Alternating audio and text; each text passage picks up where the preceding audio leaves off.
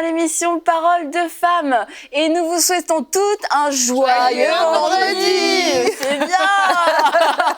Yes. Un joyeux vendredi parce que c'est la fin de la semaine et puis on peut être un petit peu triste parce que la semaine se termine. On va dire au revoir à Rachel. Oui, mais d'un autre côté, Rachel. on se réjouit parce qu'on a eu une semaine super bénie Très agréable avec d'être toi, avec vous. Rachel. Merci. Bah, nous aussi, Merci on a à toi. vraiment Merci. beaucoup apprécié. Puis Evelyne, merci à toi d'être venue nous voir cette semaine. Avec plaisir. Ça m'a fait très plaisir et j'espère que tu reviendras. Bah, ça dépend de toi si tu me libères dans Bonjour chez vous. On peut faire un échange. Non. Et tu Mais merci de m'avoir reviendras. invitée quand même Oui. parce que j'ai appris plein de choses. Ah, Merci super, Rachel. merci Oui, d'avoir on été est là. vraiment toute heureuse d'avoir été là avec toi, Vraiment. Rachel. Nous avons bu tes paroles. C'était absolument formidable. Et on ne s'arrête pas ici parce qu'on va continuer quand même dans cette dernière émission. Et comme on l'a dit, on va parler des enfants. Comment parler de la sexualité à nos enfants? Et c'est vraiment une grande question. Et comme tu l'as dit, ton mari le dit souvent, l'église, c'est l'endroit où on devrait le mieux parler de la Exact. sexualité. Exact. Et en tant que parent, je crois aussi qu'on a cette responsabilité, ce privilège de parler le mieux possible de la sexualité à nos enfants, mais quelquefois on n'a pas été nous-mêmes très bien enseignés, très bien éduqués. On peut être maladroit, mal à l'aise, gêné, bref, un tas de choses. Mais Rachel, tu vas On venir va en à notre discuter. secours. C'est vrai que c'est aujourd'hui. tellement important de transmettre cette partie-là de notre vie à nos enfants, puisqu'on l'a vu, nous sommes des êtres sexués dès le démarrage. Et la Bible en parle, nous le dit clairement, instruis ton enfant pendant sa jeunesse et il ne se détournera pas des voies que tu lui as tracées, en fait. Donc, ça inclut aussi la sexualité. La sexualité, c'est spirituel et émotionnel, je l'aurais dit plein de fois cette semaine, mais voilà un message que l'on doit transmettre à nos enfants. Et le fait d'attendre trop longtemps serait une erreur, parce qu'en fait, la sexualité démarre, le fait d'être sexué démarre dès la conception. Et donc, la première fois que je suis devenue maman, notre premier fils, puisqu'on en a 5, il est sorti, on me l'a donné, je l'ai pris, donc il avait quelques minutes de vie, et j'ai regardé, et qu'est-ce qu'il a fait? Il m'a fait pipi dessus. Voilà, le premier souvenir de mon fils, c'est il m'a fait pipi dessus, en fait. Pourquoi? Charmant. Parce qu'il a eu sa première érection. Dans les 10 premières minutes de vie, les petits garçons ont leur première érection. Oh. Et si vous avez des garçons, vous savez que quand ils ont une érection, après, ils font pipi. C'est pour ça que si vous avez un bébé et que vous êtes en train de changer un petit garçon qui a une érection, vite mettez la couche parce que le jet va sortir après. Oui. Et exact, les mamans de petits garçons confirment. Et les petites filles, c'est dans les premières 24 heures de vie que les premières lubrifications du vagin vont se mettre en place. Donc le corps est en train de se mettre en place. Bien sûr, on ne parle pas d'être sexuellement active avec un enfant. Hein. Oui. Quelle horreur. On est d'accord. Donc on va éliminer ça tout de suite. Je ne parle pas de ça. Je C'est parle important de le préciser. voilà. Je parle d'avoir en face de nous un être sexué chez qui on va influencer comment la sexualité va se construire avec les bonnes valeurs. Pas d'être sexuellement active, on est d'accord. La sexualité active est réservée au mariage. Voilà, on met un point final à cette discussion-là. On va parler de comment elle se construit à l'intérieur de l'enfant. Oui. Donc des tout petits, ça démarre donc tout petit. Il y a plusieurs étapes. Il y a plusieurs étapes, il y en a 8 en tout. On va les décortiquer ensemble, sinon vous les trouverez dans mon livre. Donc la première étape, c'est la partie nouveau-né. Quand on a un nouveau-né, un bébé, je ne sais pas si vous avez remarqué, mais nous, il nous tarde d'être grands-parents. Ça aussi, c'est un message pour nos enfants. Non, je rigole, les gars et les filles. Donc, quand on a un bébé, un nouveau-né, qu'est-ce qu'on fait? On le regarde dans les yeux et c'est tellement mignon. Et on lui dit « je t'aime » en se plongeant dans ses yeux, en fait. Oui. On lui dit plein de mots d'amour, etc. Et en fait, ça crée dans l'enfant, dans le nouveau-né, la capacité à s'attacher. C'est ce qui va permettre, quand on sera adulte, de s'attacher au niveau de l'âme avec son conjoint et de ensuite construire une relation au niveau physique, sexuel, et émotionnel et spirituel. Donc la toute première enfance, le démarrage de la vie, en regardant, en disant « je t'aime » un bébé, on est en train de lui donner des capacités à s'attacher sexuellement à son conjoint après. C'est merveilleux. Il n'y a rien de sexuellement actif dans ce que je décris, Oui. mais on est en train de construire la sexualité équilibrée et épanouie de notre enfant, en lui disant « tu peux me faire confiance, je suis là pour toi et tu vas pouvoir être en sécurité en te sentant aimé par moi et en me répondant avec de l'amour. » Et d'ailleurs, d'où l'importance de ne pas se faire voler ces moments Exact. avec les téléphones, la Oh là télé, là, exact. les tablettes, où à l'époque, on pouvait allaiter ou regarder notre Exact. enfant. Aujourd'hui, maintenant, on va regarder le téléphone. Mais en fait, ce n'est pas juste une histoire même de créer un lien, c'est que ça construit l'enfant, ces Exact. moments de face-à-face Voilà. intenses. Le moment de l'allaitement n'est pas le moment de checker ses mails ou de regarder Facebook ou je ne sais quoi, les réseaux sociaux.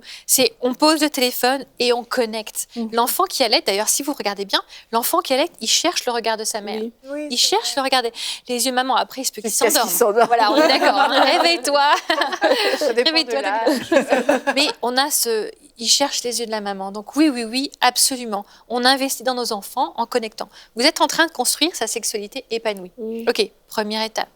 La deuxième étape, c'est ensuite on va avoir vers 2 ans, entre 2 et 4 ans, on va leur apprendre le langage. L'acquisition du langage, l'acquisition de la propreté aussi. Ce sont 2 aspects de la sexualité. Le langage, pourquoi? Parce qu'on va apprendre à un enfant, ce sont tes yeux, tes oreilles, ton nez. Vous savez la chanson là? Tête, épaule, genou. Ah, merci. Oui, tout le monde ne la connaît pas, tu la connaissais. Et on leur apprend on leur apprend les parties du corps. Et quand on arrive aux parties sexuelles, on dit le zizi, la zézette, on ne sait pas trop. On sait pas trop. Ben non, voilà une autre façon de bien construire leur sexualité, c'est-à-dire, écoute, tu as un pénis, tu as un vagin avec des petites lèvres, des grandes lèvres, le clitoris, voilà comment on nettoie, voilà comment on s'assure que ça soit propre, on va utiliser les bons mots. Si nous-mêmes on n'est pas à l'aise, eh ben on s'entraîne devant le miroir, hein, s'il faut, à dire pénis, vagin, testicule. Il faut oser les sortir, en fait. C'est vrai. Parce qu'au début, c'est vrai, on n'a pas l'habitude. Hein. Moi, je l'ai vu avec mes enfants. J'ai dû me forcer au début, c'était un peu... Ça fait drôle. Puis après, là, ça devient totalement naturel dans le vocabulaire parce que c'est un mot comme une main, un pied. Voilà, c'est ça, exactement la même chose. Du coup, on normalise la sexualité et on associe quelque chose de positif. C'est le moment de dire aussi toutes les mesures de protection. Tu vois, ton sexe, ton pénis, ton vagin, ça t'appartient à toi. Personne n'a le droit de te toucher ici. C'est le moment où on apprend à l'enfant à se laver seul. Voilà un moment l'excellent moment pour transmettre que la peau est la première frontière que l'enfant doit apprendre à se faire respecter et à respecter aux autres aussi. Donc on ne joue pas à touche pipi, etc. On peut lui transmettre ça. Tu touches pas quelqu'un et un autre enfant et l'autre enfant ne te touche pas. Et aussi dans le cadre de la fratrie. Et dans le cadre de la fratrie aussi. Voilà, c'est bien quand tu as des frères et sœurs, s'ils prennent le bain ensemble avant que la pudeur rentre en ligne de compte, mais pas de problème, et on ne joue pas à se toucher parce qu'on est en train d'enseigner la peau, c'est la frontière qui te protège en fait. Hein. Donc on utilise ces moments-là, les moments du bain, etc., pour envoyer plein de messages positifs et constructifs sur la sexualité. On nomme, on explique les frontières, on explique la zone privée, on explique la beauté de ce que Dieu a créé. Et puis l'enfant va apprendre à aller au pot aussi, à être propre. Et là aussi, c'est une clé pour la sexualité. Encore une fois, rien de sexuellement actif, mais une clé pour la sexualité. Pourquoi? Parce que l'envie d'aller aux toilettes et de faire caca et de faire pipi, c'est un besoin légitime, fort, mais que l'enfant va apprendre à canaliser. Tu fais pas pipi n'importe où. Au début, tu fais. Au début, tu fais. Hein. Au début, tu fais, c'est vrai. C'est bien quand ça tombe l'été, hein, je vous dis. Oui, absolument. Au début, tu fais, et puis ensuite, tu apprends à canaliser. On n'éteint pas ce besoin naturel. On n'y est pas soumis. On n'a pas un enfant de 7-8 ans qui continue à faire caca partout parce qu'il n'a pas appris à maîtriser ça.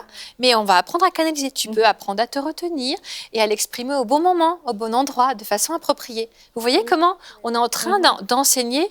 Le besoin sexuel est un besoin légitime, mais tu n'y es pas soumis, c'est pas lui qui te contrôle. Tu vas pouvoir apprendre à le canaliser. Ça se fait très tôt en fait. 2 ans, 3 ans, 4 ans, on est en train de transmettre ça de façon positive. Donc voilà, on arrive à 4 ans et on a déjà appris à l'enfant qu'il est safe pour s'attacher, que la sexualité c'est quelque chose de positif, que la sexualité c'est quelque chose de privé et que oui, on n'est pas soumis aux pulsions qui sont plus fortes que nous. Et l'enfant n'a que 4 ans et il n'y a rien eu de sexuellement actif. J'insiste. Oui. Hein. Mais on a transmis un message qui était positif. Et là, quand on parlait, en début de semaine, on parlait justement des différences culturelles. Oui. Et dans certaines cultures, on ne parle pas de... Déjà, on a parlé au début, on a remis les choses en place par rapport à la sexualité. Mais qu'est-ce que tu dirais, par exemple, dans une culture où la sexualité est taboue? Oui. Et alors là, mettons la dame de la 2e génération, la maman du petit de 4 ans, qui dit à son petit, c'est pas un zizi, mais elle lui dit le bon mot. Et la grand-mère... Un pénis, voilà. Je peux le dire. Mais la grand-mère qui va dire, ou l'entourage aussi, qui va dire non, non, non. En disant ces mots-là, tu vas allumer la curiosité de ton enfant. Comment est-ce que tu C'est une très bonne question. En fait, c'est une mauvaise conception de la chose. Plus on répond aux questions de l'enfant, plus on met les bons mots, plus on apaise la curiosité. On ne va pas la susciter, on va l'apaiser et on va lui transmettre le message aussi que si tu as des questions à ce sujet-là, qui vont arriver les questions, elles vont arriver quand ils vont grandir, tu peux venir vers moi, on va en parler en fait. Et encore une fois, je l'ai dit, mais notre culture d'origine doit s'arrêter là où la culture de la Bible démarre. On n'est pas en train de nourrir de façon mal appropriée un enfant, on est en train de lui transmettre que la sexualité est sainte. Le message, il est très biblique en fait. Et donc, on peut dire avec beaucoup d'affection et beaucoup d'amour à la grand-mère, écoute, je te respecte et je t'aime, mais Dieu a confié cet enfant à moi, laisse-moi faire. Je suis en train de lui expliquer. Tu vois, c'est moi la maman, quoi. Nadine rigole parce qu'elle entend la réponse de la grand-mère, là. Et on peut lui dire, on peut ramener, justement, parce que souvent les grand-mères ont peur au niveau biblique et côté saint. Écoute, je suis en train de lui transmettre que la sexualité est saine. Et je ne suscite pas sa curiosité, je l'apaise en fait. Je lui réponds pour justement qu'il n'aille pas chercher ailleurs. Si on ne répond pas à un enfant et qu'on ne nourrit pas la curiosité naturelle d'un enfant, il va aller sur Internet, il va demander aux copains, dès qu'ils vont avoir accès. Je vous rappelle que l'âge premier moyen maintenant d'exposition à la pornographie, c'est 7 ans. C'est terrible. 7 ans, ça fait peur. Hein. Et puis avec tout ce qu'on entend dans les écoles, les écoles de langue française, etc., vraiment, il vaut mieux que nous, on soit la source de réponse de la curiosité. Donc, moi, j'encourage les mamans à tenir ferme, avec beaucoup de douceur, à transmettre le message. Écoute, je m'en occupe. Et comme j'imagine aussi que tu en parlais, mais quand on le dit, on ne va pas à l'avant non plus de la curiosité de l'enfant. Super. Alors ça, c'est super important ce que tu dis là. En fait, les enfants vont commencer à poser des questions. Dis maman, comment on fait les bébés? Ok. On va pas lui dire, écoute, assieds-toi, je t'explique. Alors, le pénis va rentrer dans le vagin et non. On va le traumatiser. On va le traumatiser. Il faut toujours aller à la pêche avec un enfant. Qu'est-ce que tu as compris déjà? Qu'est-ce que tu sais sur le sujet? Eh bien, mon copain à l'école, il a dit que sa maman, elle avait un bébé dans le ventre. Comment il est rentré là? Comment ça se fait? Tu vois, il y a une graine dans le corps du papa et une graine dans le corps de la maman. Les deux vont se rencontrer et c'est ça qui donne un bébé. Et un enfant petit, 4 ans, 5 ans, ça va lui suffire. Il va dire OK. Exactement, tu l'as déjà vécu. Hein. OK, et ils repartent jouer. Et puis ils vont revenir et dire, au fait, comment on fait les bébés? Eh bien, une fois que vous avez déjà eu une première fois la question, qu'est-ce que tu te souviens? Qu'est-ce que tu as compris? On va à la pêche. C'est une histoire de graines, quelque chose comme ça, et vous faites la même réponse. Bah oui, il y a une graine dans le corps du papa qui rencontre la graine dans le corps de la maman. Et des fois, ça leur suffit, ils vérifient juste que ce qu'ils ont compris, c'est bien ça. Et hop, ils repartent jouer. Jusqu'au moment où ils disent, tu m'as déjà dit comment la graine du papa rencontre la graine de la maman. Ah, ok. Donc, tu vois, il y a une différence dans le corps du papa et le corps de la maman. Tu sais, les garçons ont un pénis et les mamans ont un vagin, eh bien, la graine est dans les testicules, tu vois, les petites boules. On va commencer à aller un tout petit peu plus loin. Et c'est comme ça que ça va pouvoir se rencontrer. On n'est pas encore dans le technique. Ah oui, et ça va lui suffire. Vous voyez, et on continue d'avancer. Et est-ce que après, quand les enfants grandissent, est-ce qu'on doit répondre à toutes leurs questions? Oui. Même si c'est des questions qui peuvent être... je veux dire, quelqu'un te le demande dans la rue, tu ne répondras jamais à ce genre de questions. Mais est-ce que si les enfants te le demandent, tu dois répondre à toutes les questions? Absolument, parce que si nous, on ne le fait pas, qui va répondre? Ils vont chercher ailleurs la réponse. On a, donc, nous, on a eu des garçons. Donc, c'est Eric qui a fait toutes ces étapes-là. Donc, il s'est vu dessiner un sexe d'homme, un sexe de femme. En fait, la vie, la sexualité... avec un grand S. La sexualité avec un grand S pour les enfants, même quand ils sont petits, ados et tout ça, et la sexualité de leurs parents. Parce que là, on rentre dans le domaine de l'intimité. Tu veux dire, s'ils posent des questions sur ta sexualité? Non, donc ça fait partie de... Ok, très bonne question. Ça fait partie de la zone privée. En fait, ce qui est important avec les enfants, c'est qu'ils comprennent aussi que papa et maman ont 2 rôles différents. Ils sont papa et maman, ils sont mari et femme. On appelle ça le système exécutif. Donc voilà comment est-ce qu'on le représente, c'est vrai.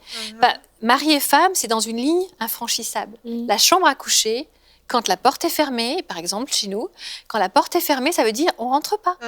On frappe pas et on rentre pas sans attendre la réponse. S'il y a une urgence, bien sûr, tu peux venir, tu frappes, mais tu attends la réponse. Parce que dans la chambre à coucher, papa et maman sont pas papa et maman, ils sont mariés et femmes. Et donc ça, c'est une zone qui est privée.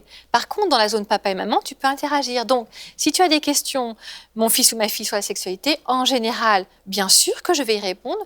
Mais si tu dis, et toi, Et toi, comment ça se passe? Non. Tu peux dire, ben oui, nous on s'aime, effectivement. Si les enfants sont plus grands, ben oui, bien sûr, on est sexuellement actifs et connectés avec beaucoup de bonheur, mais le reste ne te regarde pas. Donc, la chambre à coucher reste, donc dans l'image, reste un lieu secret. Et ça, c'est une bonne... Mais les enfants, quand même, font vite le lien entre ce que tu leur as expliqué, comment on fait les bébés de manière technique. Et donc, ça veut dire que vous avez fait ça. Ils vont dire, ah, c'est dégoûtant. Ben non, c'est beau. Et tu verras, quand ça sera ton tour, tu trouveras ça beau aussi. C'est un cadeau que Dieu nous a donné. On ramène Dieu dans la discussion. Oui. C'est un cadeau que Dieu a réservé pour le mari et la femme. Et tu vas voir, c'est un vrai bonheur. On peut dire avec beaucoup de sourire et beaucoup de joie, ah non, c'est le top, quoi.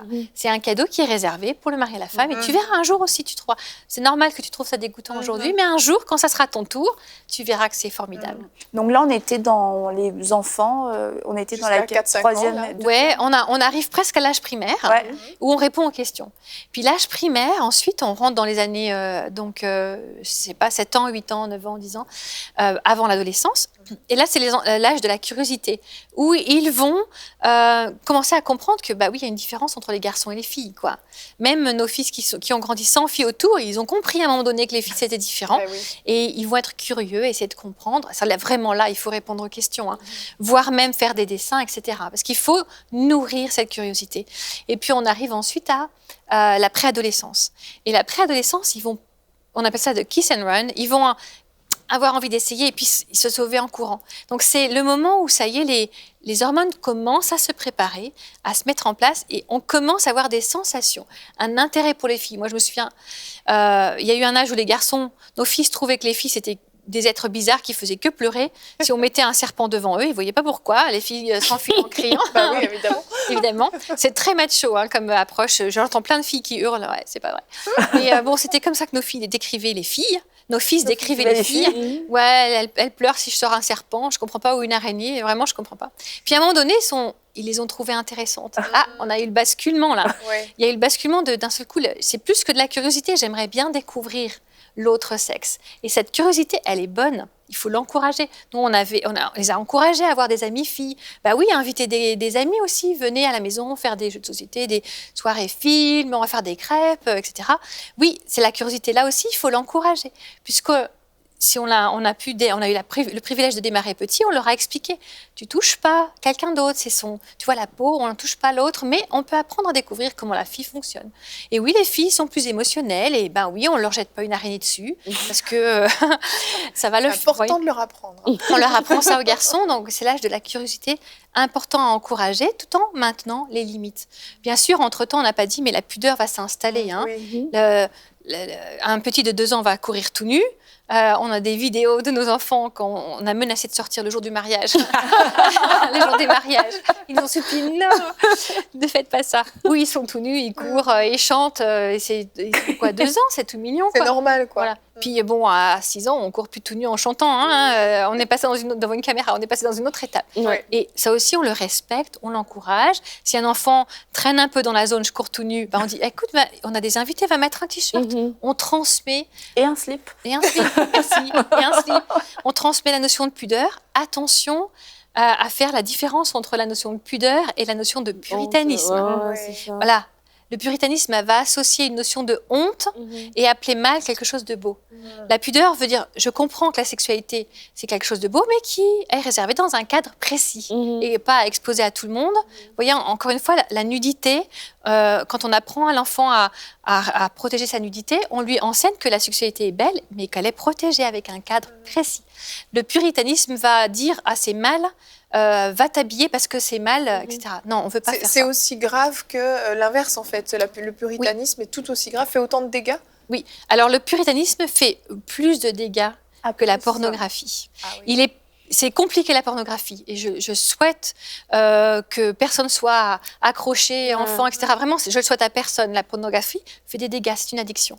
Mais nous, en tant que thérapeute, il nous est plus facile d'aider quelqu'un qui va avoir une addiction à la pornographie. Ça va aller plus vite que d'aider quelqu'un qui va être coincé dans le puritanisme. Ça va prendre plus de temps pour nous de rétablir une idée positive. Pourquoi ? Parce qu'en fait, on mélange le religieux avec... on mélange le religieux et on pense que c'est pur alors qu'en fait on appelle impur quelque chose qui est pur, etc. Donc c'est plus entremêlé avec le côté religion. C'est compliqué à désimbriquer en fait. Pour ramener l'image belle et pure de la sexualité saine que Dieu a créée, ça nous prend plus de temps de décrocher ces deux-là que de guérir de la pornographie. Donc si on peut éviter ça à nos enfants, tant mieux. Mais oui. On explique la pudeur, on explique le côté sacré de la sexualité, le côté privé, mais avec une approche positive. Ça, c'est important aussi si on voit un enfant petit qui se touche. Il y a une différence entre la découverte de son corps. Comme on peut avoir je l'ai déjà dit, mais un petit garçon qui va se toucher le zizi parce que c'est agréable. Quand la préadolescence va arriver, l'adolescence va arriver, les premières érections vont déclencher. Tiens, qu'est-ce qui se passe?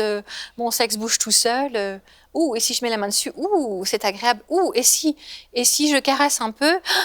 Il y a un truc chaud qui sort, première éjaculation nocturne, et les petits garçons qui deviennent des jeunes hommes, en fait, les hormones sont en action, là, ils disent qu'est-ce qui s'est passé? C'était super agréable, je comprends pas. Et si on n'a pas ouvert le dialogue, le petit garçon va se retrouver seul avec un sentiment de honte enfermé dans cette étape. Est-ce qu'on anticipe peut-être que ça va t'arriver ou alors on attend? Non, on attend. Okay. On attend et on surveille. En fait, ça se voit parce que les garçons commencent à avoir des sautes d'humeur.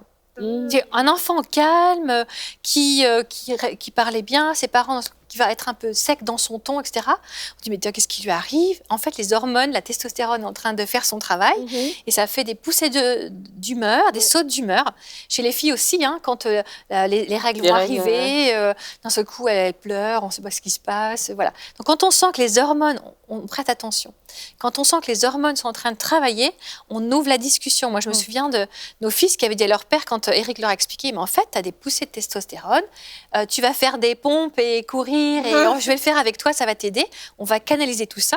5 garçons, c'est super, ils étaient tout le temps en train de courir autour de la maison. Ils sont beaux, mes hommes, tous les 6.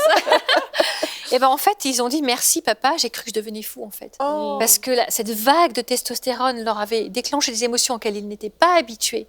Et ils ont dit on ne savait pas ce qui allait arriver. Voilà. Donc on anticipe, on n'en parle pas avant que ça arrive, on lui dit tu sais, ton corps est en train de se changer. Comme une fille, on parle des règles. Je vois que ton corps est en train de se transformer, c'est formidable, voilà ce qui se passe dans ton corps, les poils vont commencer à pousser. Chez les filles, tu vas saigner un jour. Combien de fois j'ai eu des jeunes femmes qui me disaient j'ai cru que j'allais mourir, quoi. Je ne savais pas ce qui m'arrivait, je vais aux toilettes, j'ai du sang, qu'est-ce qui... Non, la maman, elle est là pour en parler avec la fille, le papa, il est là pour expliquer. Ben oui, une nuit, tu vas te retrouver avec, voilà ce qui va se passer, une éjaculation, ton corps en train de... Vous voyez, on dédramatise le truc, on ouvre la conversation. Si tu as des questions, tu m'en parles. Parlons des jeunes filles. Une jeune fille qui démarre avec des règles douloureuses, s'il vous plaît, emmenez-la voir le médecin. Les règles douloureuses chez une jeune fille, on l'accepte pas comme juste une fatalité. Tu vas souffrir, ma fille, c'est ça la vie de femme.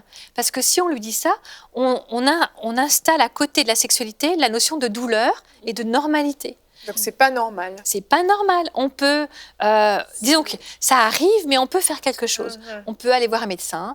Si le médecin dit, je vais prescrire une pilule pour équilibrer les hormones, elle ne va pas tomber enceinte parce qu'elle prend la pilule. Ce n'est pas la pilule qui fait tomber enceinte. Je vous rappelle des petits détails.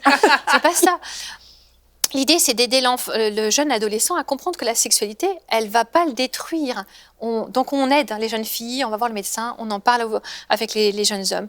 Parce qu'en fait, quand on va arriver à 13 ans, donc 13 ans, l'adolescence qui démarre, eh bien, en fait, les parents ont utilisé toutes leurs cartouches là pour construire la sexualité de façon positive dans le cœur, dans le corps, dans l'esprit de leurs enfants. À 13 ans, j'en parle dans le livre si vous voulez un résumé de ça, mais à 13 ans, on fait tout pour que les enfants sachent que la sexualité est saine, elle a été créée par Dieu, que c'est normal que leur corps ait des désirs sexuels, qu'ils vont pouvoir les canaliser, qu'ils ne sont pas soumis aux pulsions qu'ils ressentent. Donc c'est quelque chose dont ils ont la maîtrise, qu'on ne va pas éteindre la sexualité, mais qu'on va la canaliser, et que leurs choix vont avoir des conséquences. Et une fois qu'ils ont ça bien ancré en eux, à l'âge de l'adolescence, il faut les lâcher et faire confiance à Dieu et à votre enseignement. L'image qui nous a aidé avec Eric, c'est le lancement d'une fusée. Vous savez, avant qu'il lance une fusée, là, tous ces scientifiques, ils font plein de calculs et puis ils donnent le maximum pour être sûrs du bon lancement, de la bonne trajectoire, puis ils appuient sur le bouton et ensuite ils attendent. Ils Et quand ils attendent, ils peuvent plus rien faire. Et quand la fusée décolle, il y a une zone, un trou noir, pendant lequel ils perdent contact avec la fusée et ils prient que de l'autre côté, elle ressort de la bonne trajectoire. Pareil avec les ados. On les équipe et puis on appuie sur le bouton et on les laisse faire leur choix. Ils passent de l'autre côté, on les a équipés. Et là, des parents t'entendent, ils disent nous on appuie sur le bouton, la fusée est partie, on n'a pas appuyé sur le bouton, c'est pas trop ce qui s'est passé. C'est ça. Mais on se rend compte que on n'a pas respecté ces étapes, on le savait pas, on n'était pas au courant, mais aujourd'hui qu'est-ce qu'on fait? Qu'est-ce qu'on La fait fusée parce a que explosé en plein vol. pas encore. Donc est-ce que c'est possible quand même de rectifier le C'est ça. tir? Très bonne question. Il n'est jamais trop tard. J'espère que vous repartirez de toutes ces émissions en étant convaincus. Il n'est jamais trop tard. Il n'y a pas de plus grande forme d'amour que de dire à ses enfants, je te demande pardon. Je viens de réaliser un truc que j'ai loupé. Vraiment, je te demande pardon. Voilà, je voudrais réouvrir le dialogue avec toi. Est-ce qu'on peut... Je veux être là pour toi, même si ils sont ados, etc. Juste demander pardon, réouvrir le dialogue. Laissez traîner le livre, sérieusement. Laissez traîner le livre. Si vous avez des ados à la maison, ils vont tomber dessus, ils vont le lire, comprendre des choses. Continuez à prier pour vos enfants. Et puis, même s'ils ont fait... La fusée a explosé en vol, même s'ils ont fait des choix qui ont eu des conséquences qui sont tristes, Dieu peut racheter, restaurer. On se retrouve dans des situations dont on a parlé. Dieu peut racheter la sexualité d'un adolescent qui aurait fait des erreurs, qui le regrette aujourd'hui. Dieu peut nous donner d'effacer les images, de racheter la virginité, etc. Avec Dieu, la seconde chance est toujours possible. Et la troisième et la quatrième. Donc même pour les parents, il n'est jamais trop tard. Si en tant que parent, on vit certains défis au niveau de sa sexualité, on a parlé addiction, masturbation, etc. Et on ne se sent pas du tout éligible du coup pour parler à notre enfant quelle est la solution. Parce qu'on n'a pas envie que notre enfant passe par les mêmes choses que nous, mais d'un autre côté, on ne veut pas lui en parler. Ouais. Donc juste pour une image, pour vous aider à comprendre cela de façon rapide, les parents, c'est comme le toit de la maison. Si un des parents a des soucis avec la sexualité, c'est comme s'il y avait une fissure dans le toit. Donc il peut y avoir des conséquences si on dit rien qui vont retomber sur les enfants. Il vaut mieux comprendre que c'est important, accès spirituel, de travailler à gérer ses propres problèmes et d'en parler aux enfants, parce que si on peut éviter que les enfants se retrouvent piégés eux aussi, en leur donnant une bonne image de la sexualité, on va gagner du temps pour nos enfants. Donc on gère notre problème et ça ne nous disqualifie pas pour changer le cours des choses, en fait, et racheter la perception de la sexualité de nos enfants. Si on fait rien, la pluie tombe sur nos enfants liés à la sexualité. Merci beaucoup Rachel pour tout ce que tu as partagé cette Avec semaine. grand plaisir. Merci. Encore une fois, je le dis, allez vous procurer le livre parce qu'on a survolé beaucoup de points que tu prends le temps d'un peu plus développer dans le livre. Et puis, tu as aussi un site internet sur lequel on peut trouver plusieurs ressources. Rachel... Alors, c'est mon nom, rachelmichaeldufour.com. www.rachelmichaeldufour.com. Donc rachelmichaeldufour.com, on peut retrouver diverses ressources que tu mets à disposition des femmes, des couples et des familles pour vivre sa vie de façon épanouie. Tu parles pas seulement de sexualité d'ailleurs, il faudrait le préciser aussi. Tu es venue pour parler de sexualité dans Parole de femmes, mais tu ne parles pas que de sexualité. Alors je vous encourage à vous procurer le livre, à aller sur le site, et si vous voyez que Eric et Rachel sont dans votre région pour une conférence, n'hésitez pas à y participer, ça va vous faire du bien. Merci encore beaucoup à toi. Merci à vous les filles. Merci à toi Nadine, Evelyne. Et on se dit à très bientôt pour une prochaine émission de Paroles de femmes.